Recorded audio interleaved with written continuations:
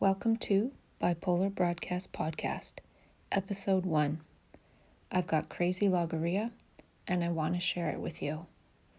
This is a bipolar hosting creating meaning. Thank you for joining me today, and I want to tell you a little bit about why I'm starting this podcast, and the first thing would be that it is 1ACV, which means year one after this situation that we're all in. And many of us are isolated. And so a podcast seems like a great way to reach out right about now and share some things that I've been writing about. And I have bipolar, or I am bipolar. I'm good with both ways of declaring that for various reasons that I won't go into now. I want to go into what's important to go into first. And in my mind, that is meaning. And meaning is meaningful. And what is meaning? Seemingly everything has meaning. To wonder about the definition of something is to wonder about its meaning. And I feel, and I've felt like this for a few years now, that the next age should be the age of meaning. I don't know what age we're in. Perhaps we're in the age of a brand new world, whatever that's going to look like. And we as human beings, we have the opportunity to participate in what it's going to look like now that many things have turned into a blank slate. And now most of us are in the same boat. We're in a space of not knowing. And when we're uncertain, that can lead to many things. So I want to talk a lot about meaning. But I also want to go into things that are more practical, and it's from the perspective of living with bipolar, living as bipolar, living having bipolar, living being bipolar for the last 9 years. And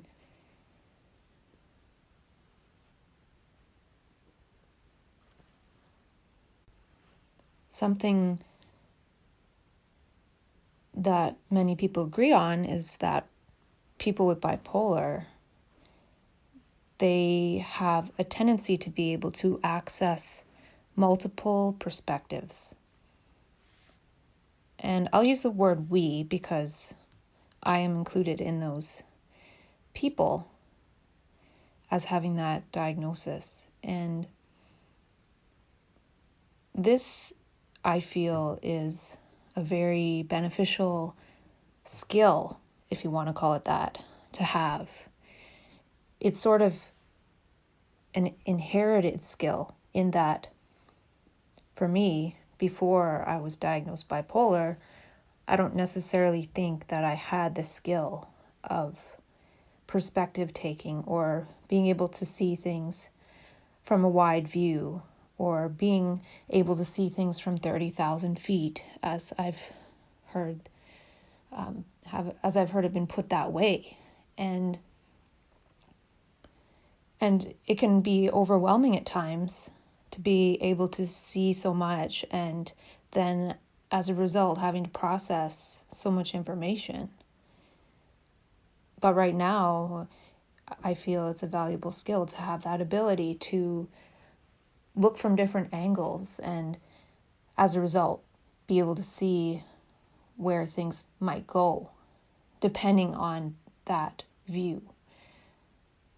So that implies that depending on the view we take, it will lead us in one direction or another. And that leads me to talk about something that's even more fundamental than meaning in human life is perception.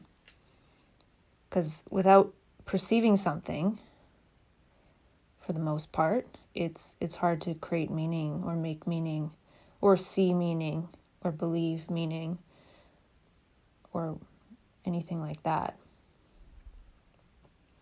And for meaning, I feel meaning is so important. I feel that without meaning, we don't really have anything. So much in the mental health circles around hope, hoping for something, and people who end their lives are thought to have no hope. And I feel another way of saying that is people have no meaning, like there's no meaning left in life.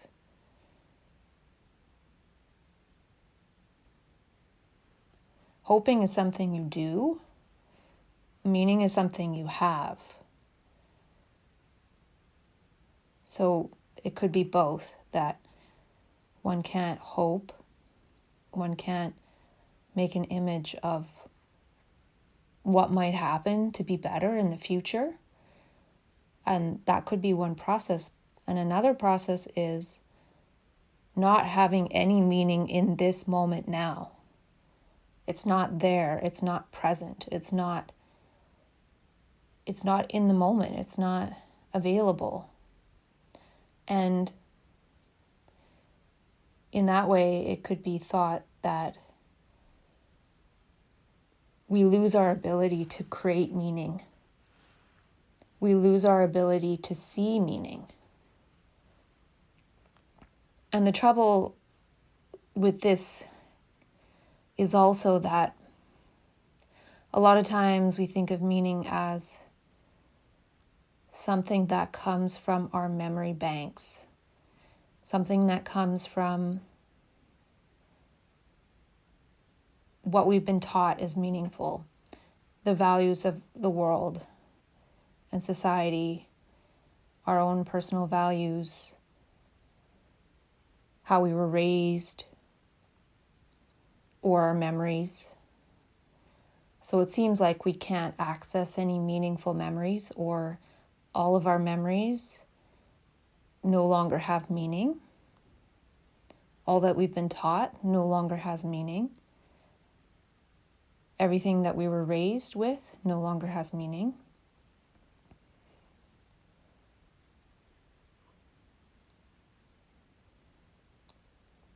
And what ties this all together is that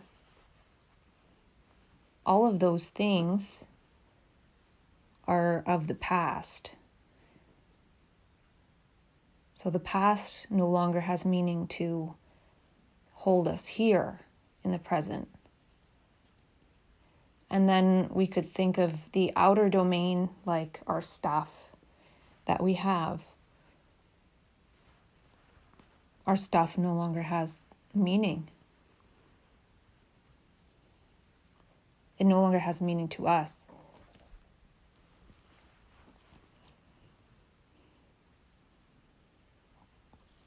So the inner meaning is subjective. Each individual has access to their own memories. And the outer stuff is objective. So somebody else could come into another person's place and look around and say, well, the meaning of this book is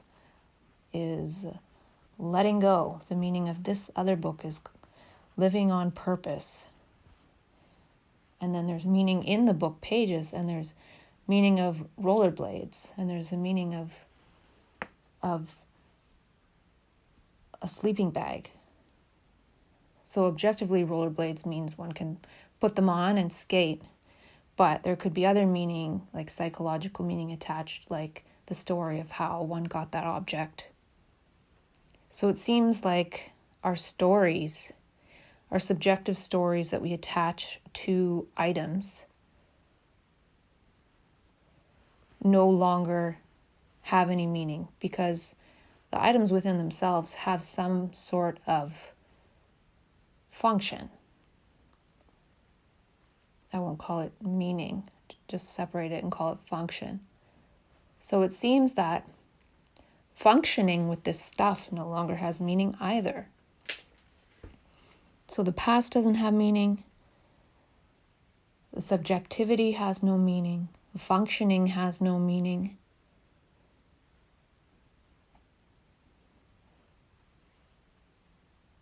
Continuing the way we were continuing has no meaning, and we don't see a way out.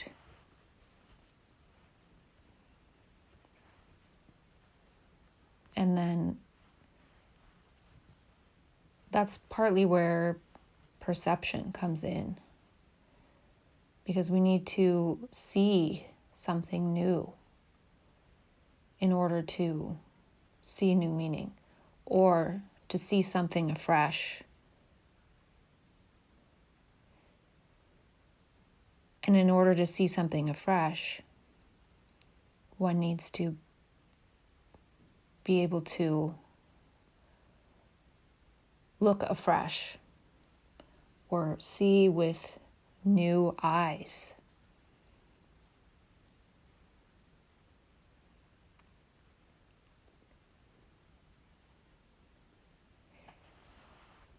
And moving into the sphere of mania, away from depression, and the change in perception that happens where there is no perception. We can't see clearly. It's like being clouded by the meaninglessness to the point where no meaning can get through. And then there's a distinct perceptual change that happens in mania. Instead of having a trouble with lack of meaning and meaninglessness and not being able to feel meaning, see meaning, or anything, there's nothing to live for. In mania, everything feels meaningful, and it has a stronger meaning or sense of meaning, from a tiny caterpillar to the stars at night. Everything has meaning, and it's hard to focus on one thing or another, because a turn of the head can lead to a perception that is very enticing, and all of a sudden we go in that direction and go with that possibility. And there's lots that happens in the brain, and I will go into that more and more as time goes on. And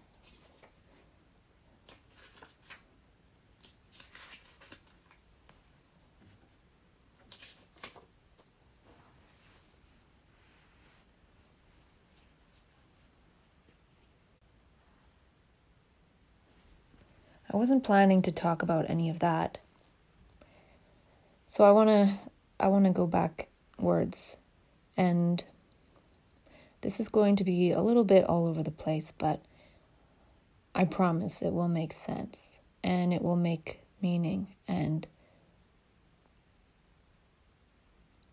I feel it's important to move towards meaning.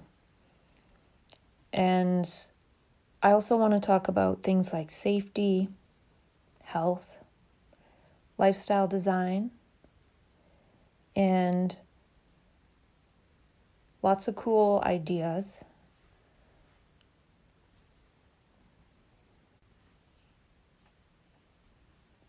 So I just listened to what I said so far, and it's not as nonsensical as I thought it might be. So I'm going to go with it because this is about logorrhea, which means word flow.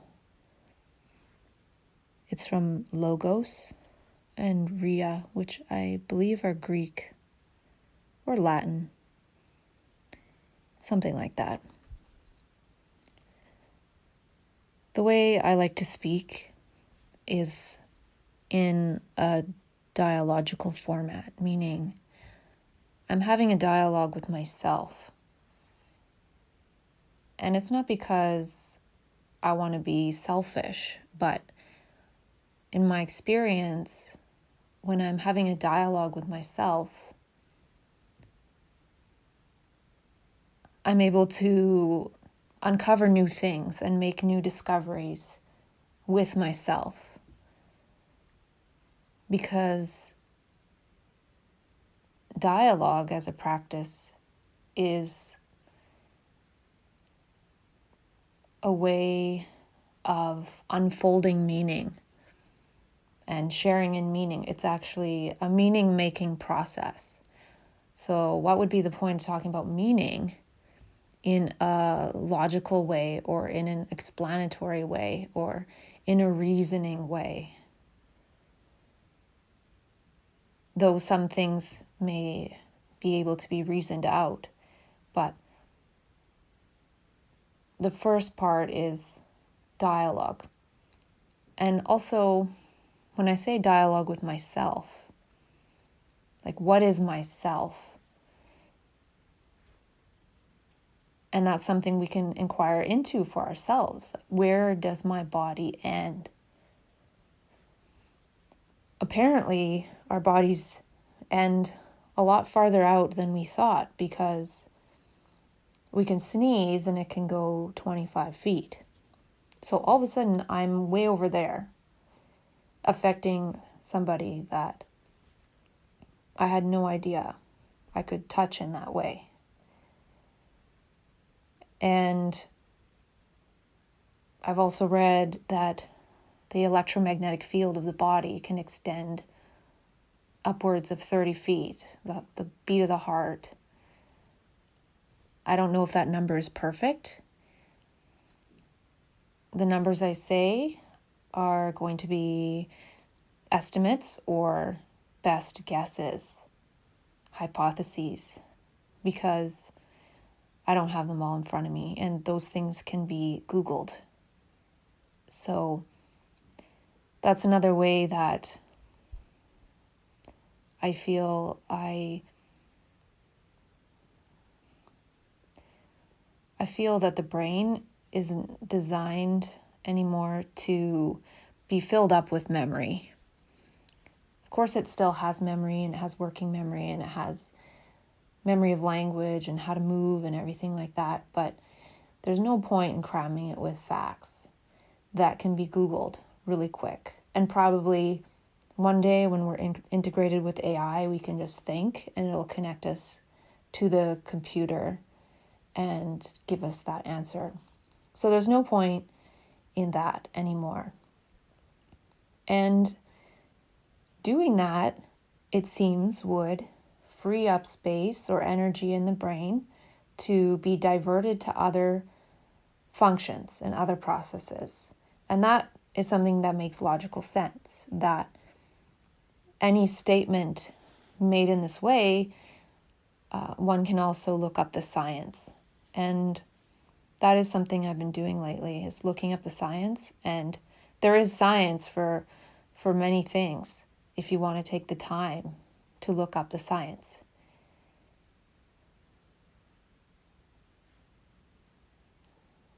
But there's a trouble with science, and I don't think that's the direction that I was going. But relying too much on science, which is the equivalent of reading bits on the internet that say science discovered X and science discovered Y and science discovered Z. And then I think, okay, I want to store this in my brain. I want to store X, Y, and Z in my brain because science says it's true. And then the more and more that I do that, and I'm not saying that's an incorrect process, I'm just saying that it might not be the only way of knowing a fact.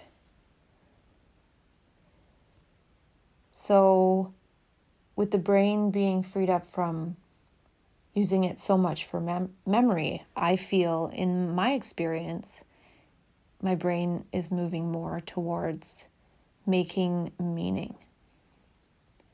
And other things too. There are a lot of different traits for people with bipolar. And I think there's a long list of traits that we can all of a sudden acquire magically at the snap of a finger during the first mania, if that's how it happens. And they may go away. They may be transient and come back during the next mania. There could be some that we're able to still connect with when we're no longer manic. The possibilities and the different complexities of that could be possible in different human beings is endless. So I can only speak from my own lived experience about the ones that I've connected with and the ones that I'm moving towards bringing into my life more and more. Because something else that we connect with in mania is many possibilities. Many possibilities. And it seems like at times we could be anything or anyone. We might even think we're someone else. Or we might think that we created something that someone else did, but in that space of possibility, we see how it's possible that that person did create that because we're vibing with that exact thing. And perhaps if we went in that direction, we would create that, but somebody already created it. So it's like, oh, I'm feeling like Albert Einstein and E equals MC squared, but he already did that. So I better go in a different direction and, look at his E equals MC squared and extrapolate that over to my own life and see how I can apply that or inspect it further. But it's apparent that was not truly the case. So for me, I had an experience in my first mania where I thought that I was going to write rap lyrics for Lauryn Hill. And I thought I was going to be her friend, or I thought I already was her friend. Or I thought that, knowing that I could create these rap lyrics, that I should be her friend. So I was pretty happy about that. But that wasn't true. But at the time, I could write some pretty good rap lyrics. And I had tuned into that possibility. So it's like I could see the possible future if I really dedicated my life to creating amazing rap lyrics and trying to send them on to Lauryn Hill somehow. But the thing is with mania sometimes is that there's so much to it, but one thing is that it's a state of possibility. And possibility is related to quantum physics. And quantum physics, when you look at it a little bit, and there are books out there on the topic that are for people who don't have a major science background, which is most people. And people that study quantum physics for a living don't fully understand it themselves. And I feel like one of the things that is happening in mania is that our brain is going into a quantum physical processing state. So then what happens is how we have a subjective experience of life, like our inner subjectivity, is processing and translating information, including words, into our awareness in a quantum way. And one of the properties of quantum, like the quantum reality or whatever, is non-locality and also entanglement. So non-locality means that something can be there and somewhere else at the same time, or it's just all the information is spread over the whole thing like a hologram. And then entanglement means one bit over here can be sort of entangled with something way down there. So if one bit over here turns, then the other one starts to turn in the same way. So we can imagine these types of miscalculations in the brain as mistakes of quantum awareness, of new quantum awareness, in that we are newly getting this type of processing in our brain. Is speeding up, is processing a lot of information, and as soon as it sees that it can go in a certain direction, like starting to write some rap lyrics, it creates a story and projects it forward that, oh, if I do this, I can write for Lauryn Hill and we'll be friends. And we're pretty much friends now, because if I decide to go in this way, we will be friends, and it's non-local. So me down there is the same as me here. So that's one way that it could happen. And I think the brain learns not to make that mistake. In my own experience, I haven't thought that I invented something that I didn't in a long time. It might have only been in the first mania, and I've had probably 5 or 6.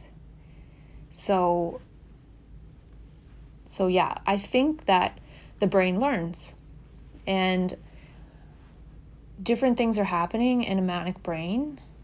Energy is moving around, and a lot of things that I'm saying, I've talked with myself about before and sort of worked it out. And basically, one can extrapolate one's lived experience to principles and theories at the frontiers of science. So, if I read something about science and it's describing certain properties and principles of science that they've discovered through experimentation, or they've deduced through the next logical scientific step of whatever they can see is happening, and I hear their description of the particle or something really tiny, and then I read it and I say, wow, that exactly describes my subjective experience of what my brain is doing and reality around me is doing in mania or psychosis. So really, and I feel this is how it's meant to be, is science is sort of a microscopic, microcosmic description of the cosmos. And we as human beings experience the cosmos through our subjectivity. And the subjectivity, which is apparently objective, of scientists looking at these things that are tiny, tiny, tiny, is we're still observing our own subjectivity. We can't get away from it. There's no way. We can have instruments that do experiments and make calculations to be able to do the math to say, okay, well, this is how it's working at these really tiny levels that we can't see. But then when me as a person with lived experience in this world walks around the world and says, oh my gosh, like what they're describing at the tiniest level is what's happening to me in daily life at the human level, walking on the earth in this reality. And I wonder if the scientists see that too, or if they are looking in microscopes and with scientific views, like picking things apart that they can't see it holistically. But I don't think that, well, what I do think is that another thing that happens with mania is that our brain speeds up. And you can say, well, how do you know the brain speeds up? Well, we talk faster. We have more energy. We move faster. We move more effectively, efficiently. That scene in Forrest Gump where Forrest puts together his gun and he's like, ch-ch-ch-ch-ch-ch. That's sort of what we're like all day long. So we're super fast processors, processing more information. The brain is sped up. The mental speed is sped up. The words have sped up. The talking has sped up. For whoever. Not everybody gets that. It's not the same for everybody. It's not supposed to be the same for everybody. So the brain speeds up. And when the brain speeds up and we're able to process more information, which is partly due to the fact that our pupils dilate and more light is able to enter the eye and hit the retina and information sent to the brain. So vision is one of the main senses of the human body, and it takes up a lot of the brain processing power. So in order for the brain to be able to process it, it speeds up. But the light entering the eye also speeds up the brain. So to me, the light itself is a nutrient. And a lot of people experience speeding up or mania in springtime when all of a sudden there's more warmth. So there's more warmth, there's more sun, there's more light. Not only is there more light, but when there is more light, we can see more information in general. In a dark room, it's hard to see much of anything. But in a fully lit room, there's a lot more to see. So when there's more sunshine hours in the day, there are more hours for more information to get in the brain and more light during those hours and more heat, which warmth is needed for metabolic processes. So we can think of this as part of the disease.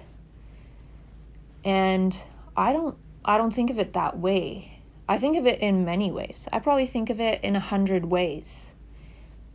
But the first one that comes to mind is that it makes sense in that, say we were how we were before as human beings, which, there wasn't really light, and say we had agriculture, but not really like electricity and stuff.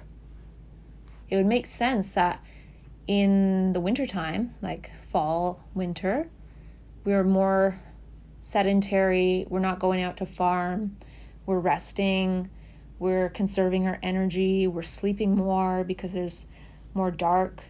And it's nothing to be depressed about, it's just there's less food. And then all of a sudden springtime comes and it's time to get out there and work. It's time to get out in the sun on your skin. It's time to get out there and work. So all of a sudden there's more sun, the pupils naturally open, the light gets into the brain, the light actually increases our strength through certain circuits in the brain that I won't mention now, but I will go into later. And so we have more strength, We have more perception of what to do, so we can be out there doing that thing. So I'm also not one to want to refer too much to traditional things, because I feel that when the brain speeds up and it's processing information really interestingly or originally, there's so much to learn and look into that we wouldn't want to put so much attention into that. So bringing that whole story into today's times, it still makes sense in that springtime comes along, you want to go outside, you want to rollerblade, you want to play tennis, you want to hike in the trees, you want to go up the mountain, you want to stand up paddleboard. So why not sleep 4 or 5 hours and enjoy being outside? So what it's pointing to is go outside in those times and get sunlight on the skin in healthy ways, slowly building up one's ability to be out in the sun is a good thing. Unless, of course, in the case of bipolar, a lot of medications make us sensitive, including lithium. This isn't medical advice, by the way. In my lived experience, taking lithium, sometimes I've been sensitive, but I lost my nice base tan, so I'm definitely sensitive now. But there was a time where it didn't really matter, but I wasn't on a huge dose. So, of course, take everything with a grain of light. So I talked about a lot there, and I guess in retrospect, that would be an example of sharing how one has made sense and meaning of something that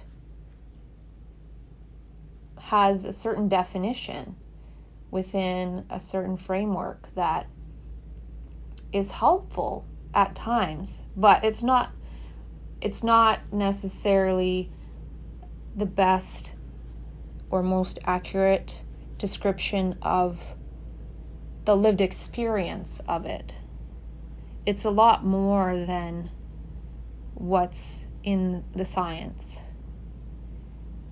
A lot more. And I'm not trying to glorify it. What my intention is to build context, build a lot more context. So having the definition that goes along with bipolar is super helpful. That's a very helpful context through which one can obtain information to be able to function in life. And there's so much more to add. So I would say that through people with lived experience,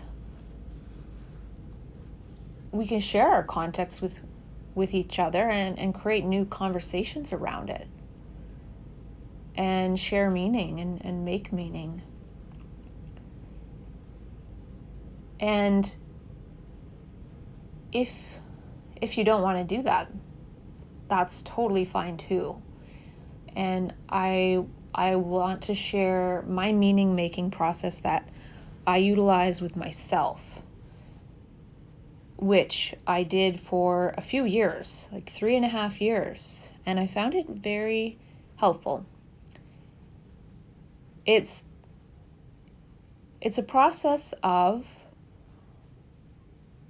self-dialogue, of having dialogue with oneself, which is different than journaling, because journaling is it tends to be more about feelings or experiences or what happened during the day or the weather, and this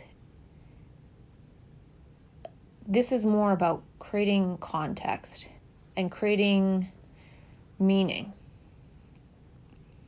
unfolding meaning, because meaning is everywhere. So there's so much meaning in every tiny bit of space,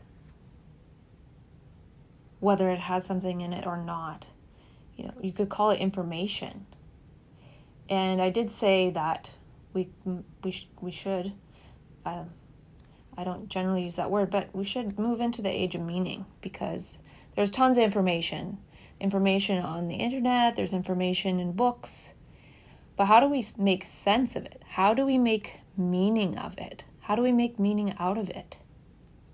Do we know how to do that? Or do we just, what do we do with that? I don't know. So the process that I utilized, and I feel this also gets the brain into a dialogical state, is I would talk with myself on video. So during the day when I had insights come into my brain, so this would be during a more energetic phase of my year, I'd write them down. I'd just jot them down on a piece of paper, and then when I had time, I would sit down and I would talk about the point that I wrote. And when I would talk about it, I tended to say more about it than I wrote down. And then I talk about the next point and say more about it than I wrote down. And then what I would do was I would edit the video, and I would just take out the spaces, so there was no pauses, because I'd look at the paper and read the next point. And so when I was doing that, I found that I would make another note. I would make a bunch more notes on some of the things I said. Not everything, but some of them. And so I called that extrapolation, which if you look up the definition, it sounds about right. So I would use that as part of what I would talk about in the next video, as well as whatever I wrote down. And then when I did that again, when I edited it again, I would make notes again. So I called it a triple extrapolation process, because the first thing was the writing it down. That was extrapolating it from the moment. It was having an insight into something. And I want to talk more about insight, as I feel it relates to mania a lot more. But I would write it down, and the thing that helped with writing it down also was sometimes they just seem so important and they can sort of tug at the brain cells. But when I would write it down, it felt like, okay, there, it's written down. I don't have to think about it anymore. I can just forget it. And then that would create space in my brain just to be completely open for the next thing, which could be related or it might not. And I wrote it down. And also I found when I was doing the videos, like, the point wasn't to be super clever. The point was partly to write it down with my own hand. Sometimes I typed it into my phone if I was out and about. But that process of writing it down and looking at it in your own writing, in my own writing, on the paper, it's really something. Like, there's something that happens with the feedback between the hand and the brain, and then also the sight and the brain. So writing is visual as well as tactile and more. So there's that. And then when I would say it on the video, I would speak it out in my own voice, which is powerful. And I wasn't speaking it just to say it. I was speaking and also wondering about it at the same time when I was speaking it. So that creates another level of energy there. And then I would watch myself speak it. So here's me watching myself say these things. And that's like another level in the brain. So for that reason and more, this process was really helpful, because I was able to learn for myself was the main thing. And it wasn't about whether it's right or wrong, because That's how we're trained in school, to worry about whether it's right or wrong. And, that means, is my memory right or is my memory wrong? And we need to move beyond regurgitating information from memory. We really can connect with a different kind of information. And there's many people on the planet who have done that. And there's many people who have bipolar who have done that, I'm sure. I remember reading one time that quite a bit of percentage of people who are writers, like I guess professional writers, have bipolar. And it makes sense because a lot of us have this connection with words. And it's not only words, but language and the structure of language, and not just wondering, but wondering about words. And yeah, so I just wanted to share with you that process in case you want to give it a try. And if you have a phone with a camera, it's easy enough to do that process. And I feel as well, when we write down an insight that we have, we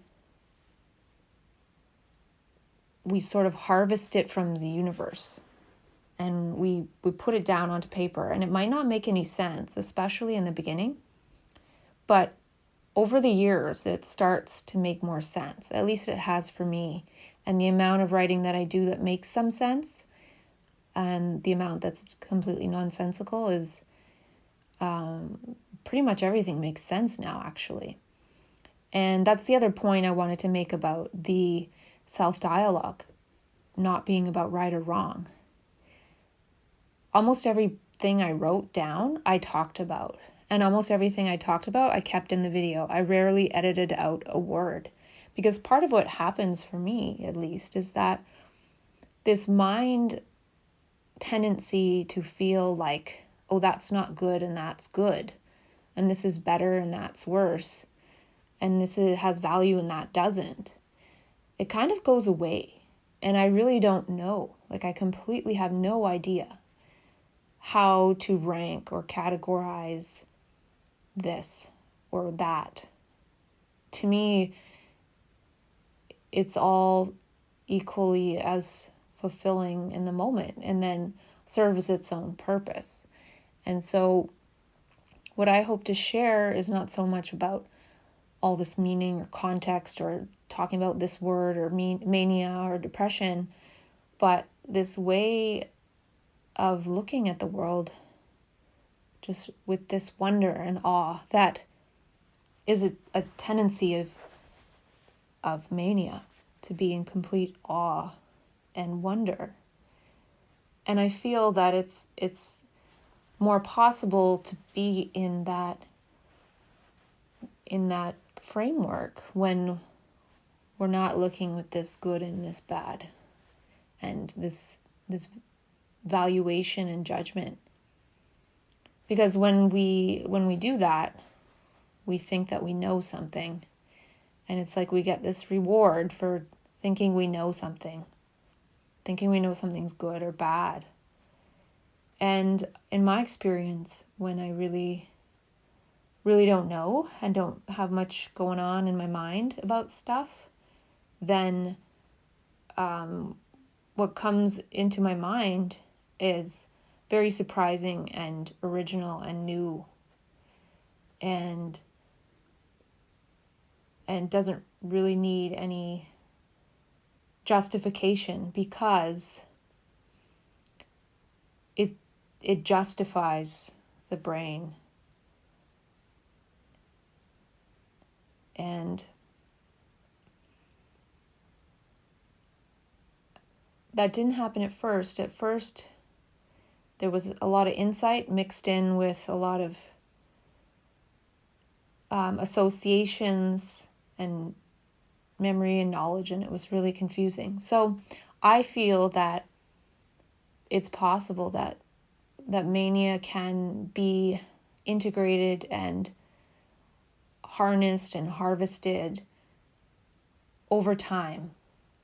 And even when I was in mania the very first time, I wrote a stack of paper worth of words, and it was all blank paper, and it was probably 2 or 3 inches thick, and I did eventually toss it, but not before scanning it into PDF. And oh my gosh, some of it is absolute baloney. But I remember writing, I can't save the butterflies and I can't stop them from eating Nutella. But the line above it actually made a lot of sense. I can't remember what that was. Probably heal the world. Thinking, I also thought that part of Michael Jackson's consciousness went into mine when he died. Because it was strange. When he passed away, for some reason, I was looking at the TV and somebody had shared on the news a picture of him dead. And I saw it, and it was never flashed again, but it was really strange that I saw it. And that was way before I was diagnosed or anything. So anyway, I want to share some of the interesting weirdness, quantum weirdness along the way. And I do go into states of psychosis and depression, so I don't know how long I'll be able to talk in a lucid way. And that's just how things are. And I'm okay with that. And I don't see myself as one person that's supposed to stay consistent. And when I do go into psychosis and depression, I try to minimize the damage and weather the storm. It's sort of like mania and depression and psychosis. They're different weather systems in the brain, and learning to weather them. And it always trips me up. I try to prepare myself somewhat, like, oh, you got me last time this way by da da da da da, so I'm doing this. And nope, doesn't matter. Some other interesting, surprising way pops about. But with all the lovely surprises of mania,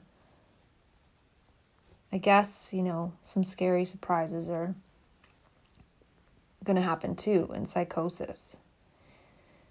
So I just wanted to share that because I'm not sharing this from a point of view of this is everlasting and evergreen. It's not. I would love to live forever in the golden green light, but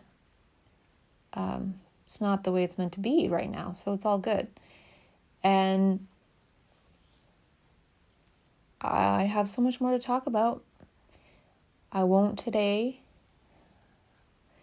but I hope that you heard something that resonated with you. I hope that you heard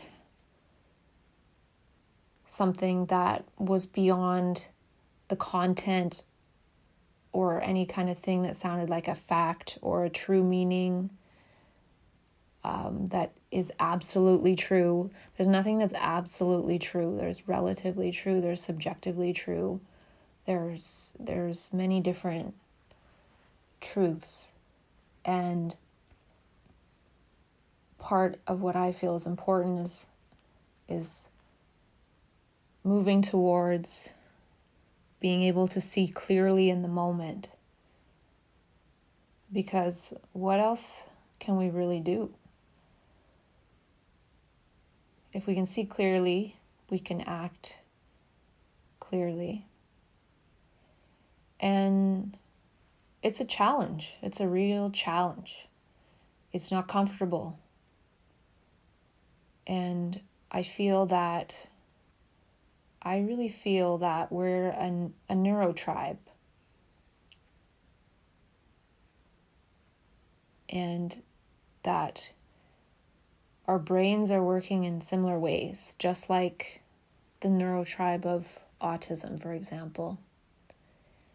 And autism is something that happens to young children, whereas bipolar is something that happens to mainly late teens to late 20s, I think, and earlier too. But I think it's mainly 18 to 29. And to me, it's an acquired sensitivity. It's an acquired hypersensitivity to light, to sound, to information. And, those young kids, they're sensitive to information, noise, like their brain is processing in different ways that are not wrong. It's sad. The suffering is very sad, just like the suffering of bipolar or anything else is very sad.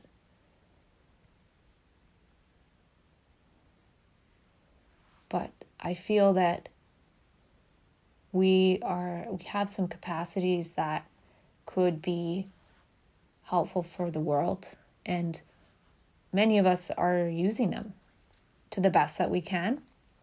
And I'm hoping that by creating more conversations and creating more context and meaning together, we can build a web of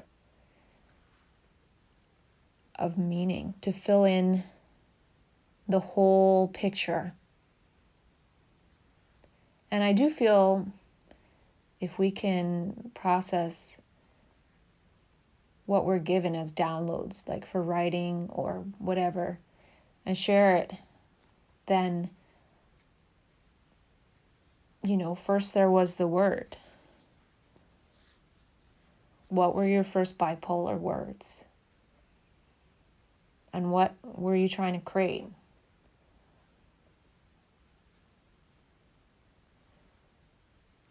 Why did we feel like we were on a mission? Why did we feel those things? Why did we see what we saw?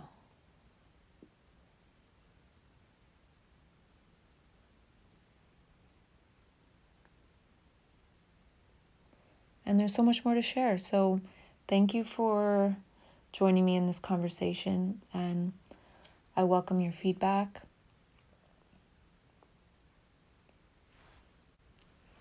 Holographic hugs.